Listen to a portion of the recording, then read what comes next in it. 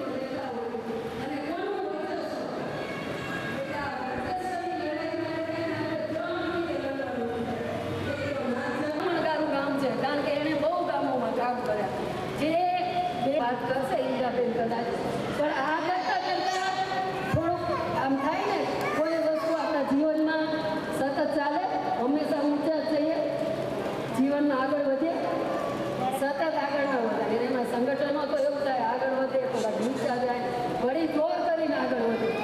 તો આ વર્ષે સંગઠનમાં અત્યારે 105 આપણી સભ્ય બહેનો થઈ છે, એટલે જોરદાર તાળીઓ પાડો કે 105 અને 12 ગામ એવા છે જે સૌથી પાછળની બહેનો બેઠી મતલબ મમતા અને નાની નાની 21-22 વર્ષની બહેનો છે, અમુક 24 વર્ષ 12 ગામમાં કોઈ પણ એટલું મને લાગે છે કે બીજા ગામોમાં કદાચ તપાસ કરવી જોઈએ, પણ આ મંચનો મોટો શ્રેય છે અને જ્યાં જઈએ તો એ લોકો સ્વીકારી લે છે। પહેલાં નહીં તો હમણાં મને રૈયાબેન એક દાખલો દેતા હતા કે એક સરપંચ છે, એ બેનના પતિ જ વહીવટ કરે છે, પણ એમ બધા એમ કે એ છે સારા ભાઈઓ, એ કોઈ કંઈ બેનની ખુરશીમાં નથી બેસતા।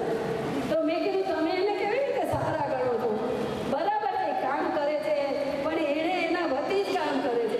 તો આપણે આ જે વતીનું કામ છે, આપણો જે હોદ્દો મળ્યો છે, એ હોદ્દાને આપણા જે હક છે એને બીજાને દેવાથી કંઈક ફરક પડવાનો કે નહીં પડે? શું લાગે છે? આપણા વતી પતિઓ કામ કરે, પુરુષો કામ કરે તો ચલાવી લેવું છે? તો ખાલી 12 ગામમાં રાખવું છે કે આખા વિસ્તારમાં કે આખા ગુજરાતમાં પરિવર્તન લાવવું છે? દેશમાં દેશોમાં એ તો મોટો કોરોના છે। ઓલા તો એકવાર એક સમય આવ્યું પતી ગયું, પણ આ તો કાયમ માટે થઈને મહિલાઓની સુરક્ષાનું, મહિલાઓની સમસ્યાઓનું નિવારણ કરવા માટે થઈને પંચાયતો અને બહેનો, એટલે આજે ગામે ગામ સુરક્ષા સમિતિઓ બની છે કે નથી બની છે ને? બરાબર। તો હવે એ ગામે ગામમાં જ આપણે ન્યાયની વાત, હિંસા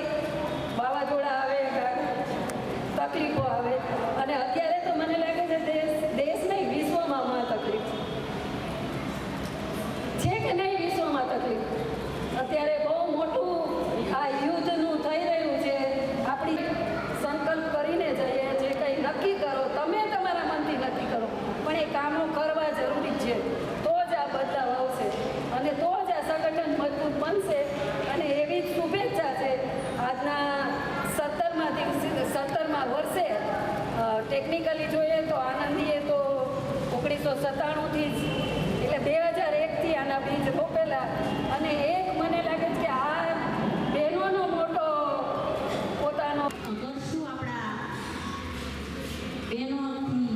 અને આજે આનંદનો દિવસ છે એટલે આપણે તાળીઓ ચાલુ રાખીએ અને આ બહેનોને જ્યારે આપણે બિરદાવીએ એનું સન્માન કરીએ ત્યારે આપણે ખુશીથી કરીએ કે જેથી એનામાંથી કાંઈક પ્રેરણા આપણને મળે. બોક્સ લાઇટ દ્વારા આપણે આજના આ કાર્યક્રમને એવો ઉજાગર કરીએ કે આપણે પછી આવો મોકો ફરી ઉજવવાનો મળે ત્યારે તો આપણે કરશું જ તે. પણ હવે આપણે જે વાત કરવાની છે તો આપણા મહેમાનોને પણ આપણે આમાં સામેલ કરવાના છીએ. અને એ અમદાવાદના ગ્રેજ્યુએટ થયેલા એક કાકોડિયા નાનું ગામ મરિયા આવે અને એણે આટલું બધું દલિતો સાથે ભેદભાવો અતિશય જોયા એટલો બધો વિચાર એમ મને રાખી મને ઘણા દેશોને હું બી બહુ આપે છે એટલે એનો ખૂબ ખૂબ આભાર અને આનંદની સંસ્થાનો આજના અવસરમાં અમને મોકો મળ્યો. પણ એમ થયું કે ગામ સંસ્થામાં આવી જોડાણી કામ કર્યું એટલે આમ નવી દિશા મળી અને કેમ નવા જન્મ્યા હોય એવી રીતે નહીં તો ખૂણામાં બેઠા હતા. સ્વરાજ મંચના સ્થાપક જ નહીં પણ અમે ન્યાય સમિતિમાં છે પણ આ ફેમિલી કામ બહુ સરસ છે. કોઈ બહેને એમ કે અમારે કેસ નથી કરવો તો ફેમિલી એમ કે ના હું તમારી હારે આવીશ ને ફેમિલી કરીએ એટલે આપણને એનો રસ છે એ મળે. અને હું જ્યારે ઘરમાં હતી ત્યારે મને પણ કંઈ ખબર નહોતી પડતી. ગામડાની જ એક બેન છું, હું પણ રામદરી ગામની વતની છું અને જ્યારથી હું મહિલા સ્વરાજ મંચમાં જોડાઈ ત્યારથી હું તૈયાર થઈ છું. ન્યાય સમિતિમાં આવવાની મેં શરૂઆત કરી હતી. સરસ મંચની પણ આભારી છું કેમ કે પહેલાં ગામડામાંથી કંઈ બહાર કોઈ જઈ શકતું નહોતું અને એ મારું નામ ગોતતા ગોતતા તાલુકા લખી દીધી એ ગામડા લખી આવ્યા બધા બહેનો મહિલા સરસ મંચના. તો એને મને આજથી 15 વર્ષ પહેલાં કાંઈ પણ ખબર નહોતી પડતી અને એટલે લખી સુધી બહાર લાવતા એને બહેનોએ બધો સાથ સહકાર દીધો છે મને અને એટલે લગી હું બહાર આવી. પહેલાં મહિલા સરસ મંચમાં એમ કે થોડે કામ કર્યું પછી 10 વર્ષ હું સભ્ય રહી ચૂકી છું પંચાયતમાં અને હા ધ્રુપકા ગામના માજી સરપંચ હંસાબેન કલાભાઈ રાઠોડ જેને શિક્ષણ ઉપર ખૂબ સારું કાર્ય કર્યું છે એવા મારા હંસાબેન માજી સરપંચને હું